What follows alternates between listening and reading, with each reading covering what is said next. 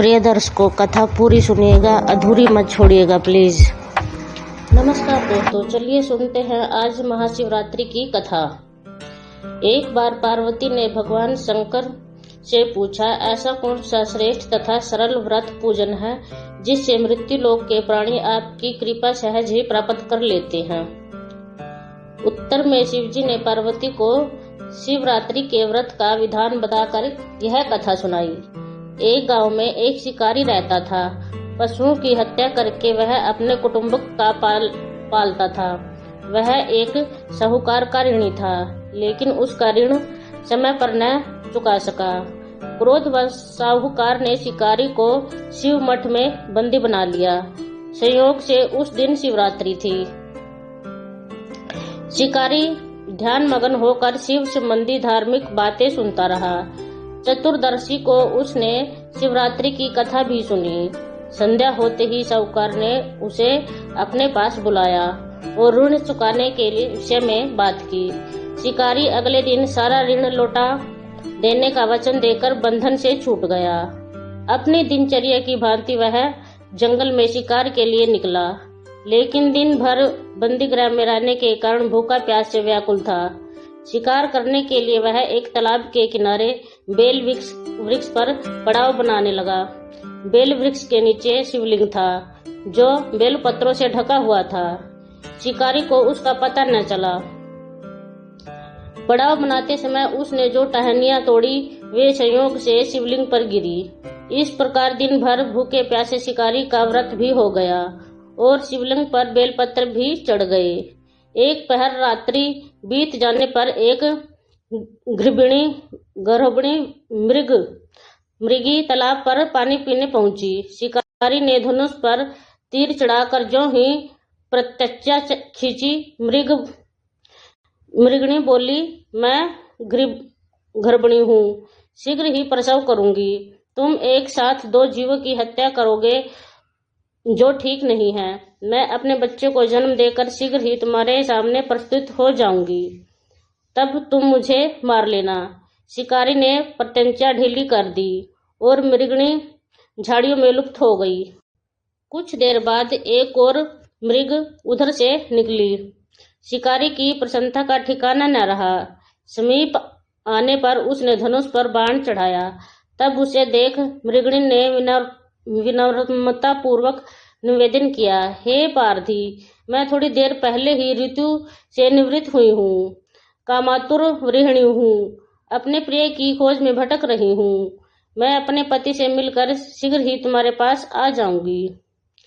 शिकारी ने उसे भी जाने दिया। 2 बार शिकार को खोकर उसका माथा ठनका। वह चिंता में पड़ गया। रात्रि का आखिरी पहर बीत रहा था।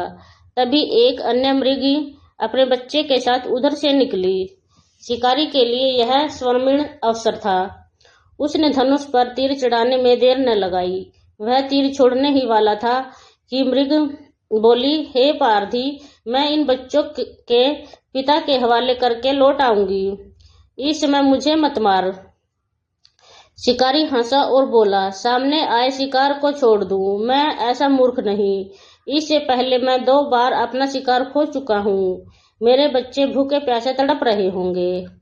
उत्तर में मृगी ने फिर कहा, जैसे तुम्हें अपने बच्चों की ममता सता रही है, ठीक वैसे ही मुझे भी।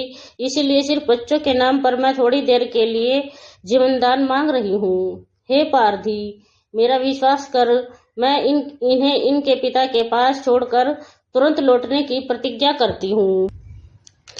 मृगी का दीन स्वर सुनकर शिकारी को उस पर दया आ गई। उसने उस मृगी को भी जाने दिया। शिकार के अभाव में बेल वृक्ष पर बैठा शिकारी बेल पत्र तोड़ तोड़कर नीचे फेंकता जा रहा था। वो फटने को हुई तो एक हष्ट पुष्ट मृग उसी रास्ते पर आया। शिकारी ने सोच लिया कि इसका शिकार वह अवश्य ही करेगा। शिकारी की तनी प्रशंसा देखकर मृग विनीत स्वर में बोला, हे पारधी भाई, यदि तुमने मुझसे पूर्व आने वाली 3 मृगिणियों तथा छोटे छोटे बच्चों को मार डाला है तो मुझे भी मारने में विलंब न करो, ताकि उनके वियोग में मुझे एक क्षण भी दुख न सहना पड़े। मैं उन मृगियों का पति हूँ। यदि तुमने उन्हें जीवन दान दिया है तो मुझे भी कुछ क्षण जीवन दान देने की कृपा करो। मैं उनसे मिलकर तुम्हारे सामने उपस्थित हो जाऊंगा।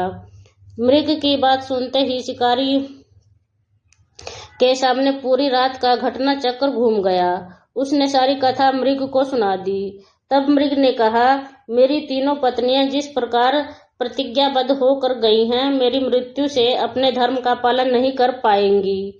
अंत जैसे तुमने उन्हें विश्वास पात्र मानकर छोड़ा है, वैसे ही मुझे भी जाने दो। मैं उन सब के साथ तुम्हारे सामने शीघ्र ही उपस्थित होता हूँ। उपवास, रात्रि जागरण तथा शिवलिंग पर बेलपत्र चढ़ाने से शिकारी का हिंसक हृदय निर्मल हो गया था। उसमें भगवत शक्ति का वास हो गया था। धनुष तथा बाण उसके हाथ से सहज ही छूट गए। भगवान शिव की अनुकंपा से उसका हिंसक हृदय करुणामय भावों से भर गया। वह अपने अतीत से कर्मों को याद करके पश्चाताप की ज्वाला में जलने लगा। थोड़ी ही देर बाद मृग सपरिवार शिकारी के समक्ष उपस्थित हो गया ताकि वह उनका शिकार कर सके। किंतु जंगली पशुओं की एक ऐसी सत्यता, सात्विकता एवं सामूहिक प्रेम भावना देखकर शिकारी को बड़ी ग्लानि हुई। उसके नेत्रों में आंसू की झड़ी लग गई। उस मृग परिवार को न मारकर शिकारी ने अपने कठोर हृदय को जीव हिंसा से हटा सदा के लिए कोमल एवं दयालु बना लिया। देवलोक से समस्त देव समाज भी इस घटना को देख रहा था।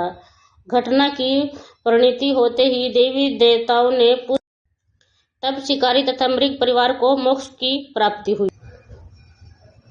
तो यहाँ पे महाशिवरात्रि की कथा जो है पूर्ण हुई। धन्यवाद।